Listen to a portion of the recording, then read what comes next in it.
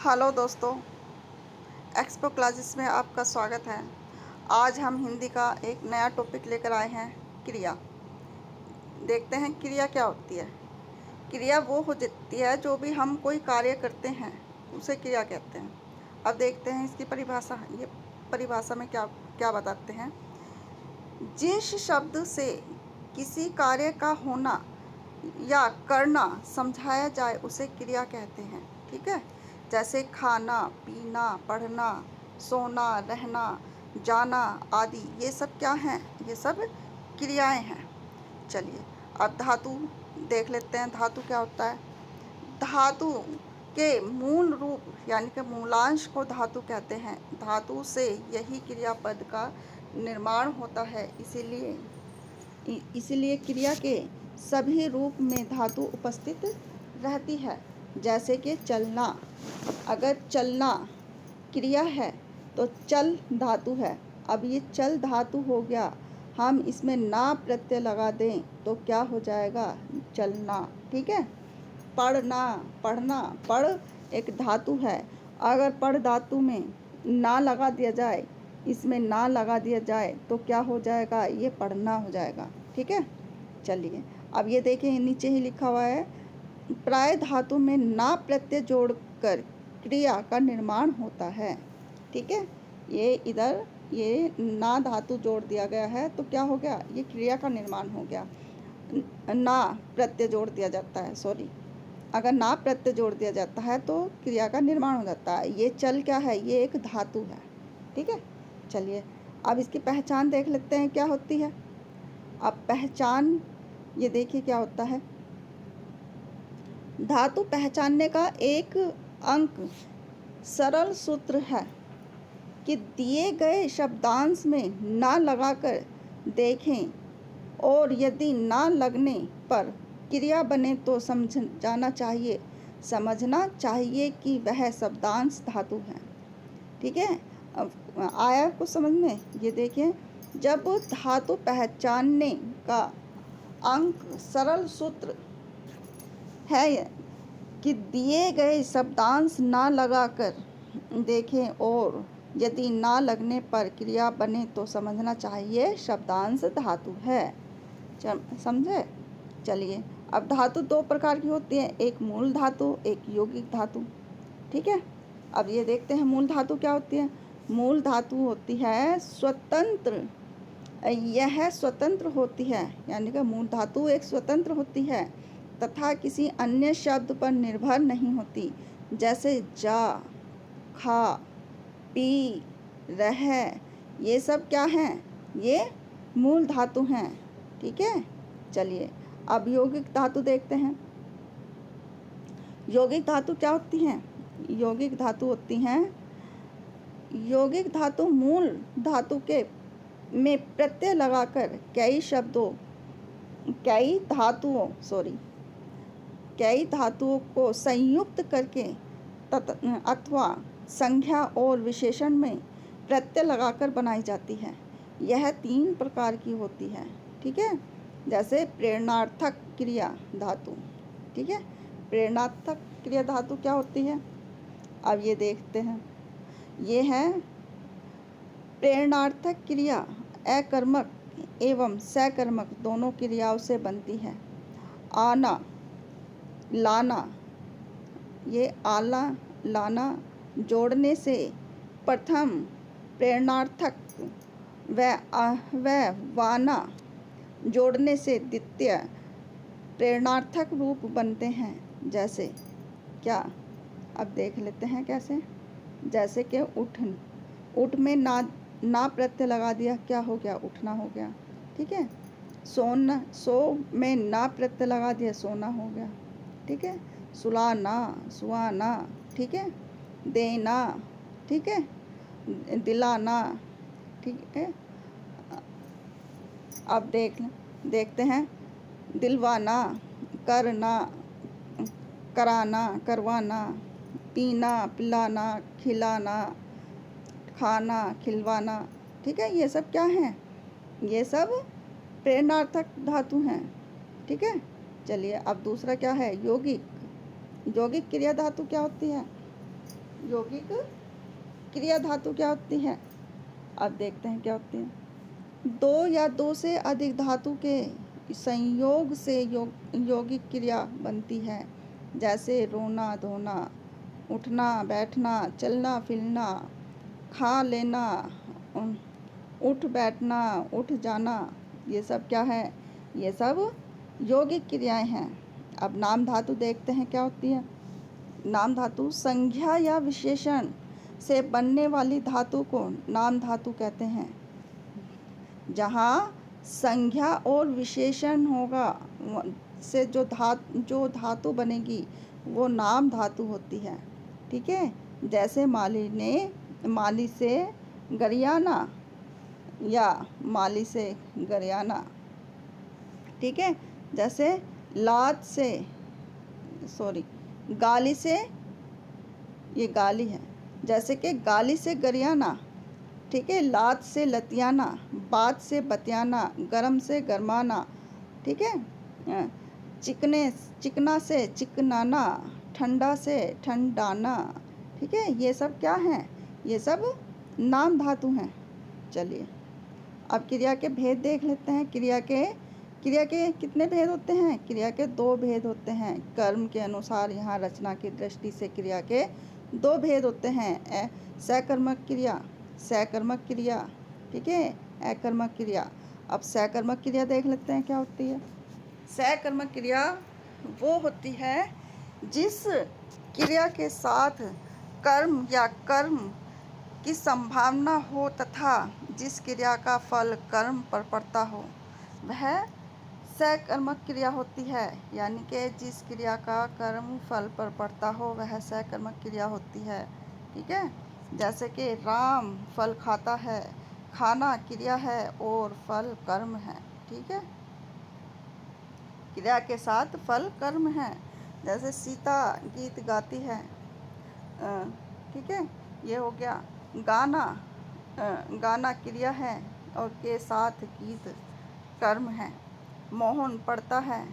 ठीक है, पढ़ना क्रिया के साथ पुस्तक कर्म है की संभावना बनाती है। अब अकर्मक क्रिया देख लेते हैं। अकर्मक क्रिया क्या होती है? अकर्मक क्रिया के साथ कर्म नहीं होता। ठीक है, उसका फल कर्ता पर पड़ता है। जैसे राधा रोती है, कर्म का अभाव है तथा रोती है। यहाँ क्रिया का फल राधा पर पड़ता है। ठीक है, जैसे मोहन हंसता है, यहाँ कर्म का अभाव है तथा हंसता है और यहाँ क्रिया का फल किस पर पड़ता है? मोहन पर पड़ता है।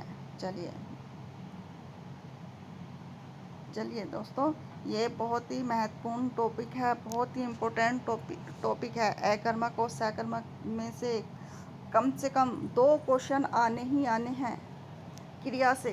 ठीक है, क्रिया से कम 2 क्वेश्चन आने ही आने हैं। पहचान क्या होती है? सकर्मक और अकर्मक क्रियाओं की पहचान क्या और किसको प्रश्न करने से होती है? यदि दोनों का उत्तर मिले तो समझ जाना चाहिए कि क्रिया सकर्मक है और यदि न मिले तो समझ जाना चाहिए अकर्मक है। ठीक है, जैसे कि राम फल खाता है। प्रश्न करने पर कि राम क्या खाता है तो उत्तर क्या मिलेगा? फल खाता है। अतः खाना क्रिया सकर्मक है। ठीक है, चलिए अब बालक रोता है। प्रश्न करने पर के बालक क्या रोता है? ये ऐसा पूछा जाता है ना, बालक क्या रोता है। अगर कोई उत्तर मिलता है तो बालक किसको या क्यों रोता है ये सब आ जाएगा। कोई उत्तर नहीं मिलने पर रोना क्या हो जाएगा? अकर्मक हो जाएगा। चलिए दोस्तों आगे देखते हैं। अब क्रिया के कुछ अन्य भेद निम्नवत हैं। क्रिया के कुछ भेद निम्न हैं, जैसे कि सहायक क्रिया। अब ये देखें यहाँ क्या है? सहायक क्रिया। ठीक है, सहायक क्रिया यानी कि हेल्पिंग वर्ब। इसमें क्या होता है? सहायक क्रिया मुख्य क्रिया के साथ प्रयुक्त होकर अर्थ को स्पष्ट एवं पूर्ण करने में सहायता करती है। यानी कि सहायक क्रिया मुख्य रूप से क्रिया के साथ प्रयोग होकर अर्थ को स्पष्ट करती है और उस शब्द को पूर्ण करने में उसकी सहायता करती है। ठीक है। अब देखिए, मैं घर जाता हूँ, यहाँ जाना मुख्य क्रिया है और हूँ सहायक क्रिया है। ठीक है। वे हंस रहे थे, यहाँ हंसना क्या है, मुख्य क्रिया है, और रहे थे और यहाँ पे रहते सहायक क्रिया हो गई। ठीक है। चलिए अब देखते हैं पूर्वकालिक क्रिया क्या होती है। पूर्वकालिक क्रिया जब कर्ता एक क्रिया को समाप्त कर दूसरी क्रिया करना प्रारंभ करता है, तब पहली क्रिया को पूर्वकालिक क्रिया कहा जाता है। और जैसे कि राम भोजन करके सो गया, यानी कि यहाँ पे दो एक साथ हो रही हैं। ठीक है। पहली क्रिया करके यानी कि भोजन करके सो गया, ये सोना एक क्रिया हो गया और भोजन करना भी एक क्रिया हो गया। ठीक है। चलिए, यानी कि एक समाप्त होती है और दूसरी क्रिया प्रारंभ होती है। ठीक है। चलिए, यहाँ भोजन करके पूर्वकालिक क्रिया है और जैसे ठीक है, जिससे करने के बाद उसने दूसरी क्रिया सो जाना संपन्न की है। ठीक है। चलिए, नाम बोधक क्रिया क्या होती है, अब ये देख लेते हैं नाम बोधक क्रिया क्या होती है। संज्ञा या विशेषण, अब ये देखिए, संज्ञा या विशेषण के साथ क्रिया जुड़ने से नाम बोधक क्रिया बनती है। जैसे इधर ये संज्ञा और ये क्रिया और ये नाम बोधक हो गया। जैसे लाठी मारना, लाठी प्लस रक्त प्लस खोलना, रक्त खोलना, लाठी प्लस मारना, लाठी मारना, रक्त प्लस खोलना, रक्त खोलना। ठीक है। ये नाम बोधक हो गया। अब विशेषण से देख लेते हैं। दुखी प्लस होना, दुखी होना, पीला प्लस पढ़ना, पीला पढ़ना, नाम बोधक हो गया ये। ठीक है। चलिए, अब आ जाते हैं द्विकर्मक क्रिया। द्विकर्मक क्रिया क्या होती है, अब ये देखते हैं। जिस क्रिया के दो कर्म होते हैं उसे द्विकर्मक क्रिया कहते हैं। यानी कि जिस क्रिया के दो कर्म होते हैं वो ही क्या होती है, द्विकर्मक क्रिया होती है। जैसे अध्यापक ने छात्रों को हिंदी पढ़ाई, यहाँ पे क्या दो कर्म हो रहे हैं, एक छात्र और एक हिंदी। ठीक है। जैसे श्याम ने राम को थप्पड़ मारा। ठीक है। यहाँ दो कर्म हो रहे हैं, क्या, एक राम और एक थप्पड़। ठीक है। चलिए आगे देखते हैं। कर्म प्लस को या से को अप्रधान गौण कर्म एवं कर्म को से, यानी कि कर्म को से को प्रधान कर्म कहते हैं। यानी कि ये देखो, अप्रधान या उसे क्या बोलते हैं, गौण कर्म, एवं कर्म को से को प्रधान कर्म कहते हैं। जैसे पहले वाक्य में छात्रों को अप्रधान कर्म एवं हिंदी प्रधान कर्म हो जाता है। एक अप्रधान हो गया और एक प्रधान कर्म हो गया। ठीक है। चलिए, ये कौन सी क्रिया हो गई, ये बताइए कौन सी क्रिया हो गई, ये होगी द्विकर्मक क्रिया। चलिए अब आगे देखते हैं संयुक्त क्रिया क्या होती है। अब देखो भाई, यहाँ पे संयुक्त से ही पता चल रहा है ये कौन सी क्रिया है। अब इसकी डेफिनेशन देख लेते हैं क्या होता है। जब कोई क्रिया दो क्रियाओं के संयोग से निर्मित होती है उसे संयुक्त क्रिया कहते हैं। यानी कि दो क्रिया एक साथ लगी हों, यानी जैसे कि वह खाने लगा, मुझे पढ़ने दो। ठीक है। वह पेड़ से कूद पड़ा। ठीक है। मैंने किताब पढ़ ली। तो क्या हो गया इसमें दो क्रियाएं हो गई। ठीक है। चलिए अब इसमें देख लेते हैं। अब इसमें देखते हैं क्या है। अब और ऐसे ही कुछ और उदाहरण देख लेते हैं हम। ये देखिए, इसके कुछ और उदाहरण देख लेते हैं। वह खेलती कूदती रहती है। वह खेलती कूदती रहती है। और देखते हैं, आप आते जाते रहिए, चिड़िया उड़ा करती है, अब त्यागपत्र दे ही डालो। ठीक है, चलिए यहाँ पे क्या हो गया, देना एक क्रिया हो गया और डालो, ठीक है, त्यागपत्र ये दूसरी क्रिया हो गई। चलिए, क्रिया क्रियार्थक संज्ञा, अब ये देखते हैं क्रियार्थक संज्ञा क्या होती है। जब कोई क्रिया संज्ञा की भांति व्यवहार में आती है तब उसे क्रियार्थक संज्ञा कहते हैं। जैसे कि अब ये देखते हैं, जैसे कि क्या हो गया, टहलना स्वास्थ्य के लिए लाभदायक है, यानी कि स्वास्थ्य के लिए लाभदायक है टहलना। देश के लिए मरना क्या हो गया, कीर्तिदायक है, कीर्तिदायक है। ठीक है, अब देखिए, क्रिया क्रिया वो होती है जो क्रिया संज्ञा की भांति व्यवहार में आती है, वह क्रियार्थक संज्ञा होती है। चलिए, अब आज की वीडियो यहीं हम समाप्त करते हैं। देखते हैं, आज के लिए बस इतना ही काफ़ी है। और मैं आशा करती हूँ कि आपको वीडियो पसंद आई होगी। तो प्लीज़ लाइक और शेयर और सब्सक्राइब करना ना भूलिएगा।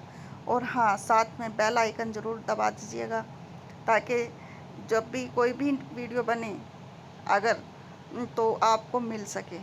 ठीक है, तब तक के लिए धन्यवाद। मिलते हैं नेक्स्ट वीडियो में एक नए टॉपिक के साथ, एक नए जोश के साथ। तब तक के लिए धन्यवाद।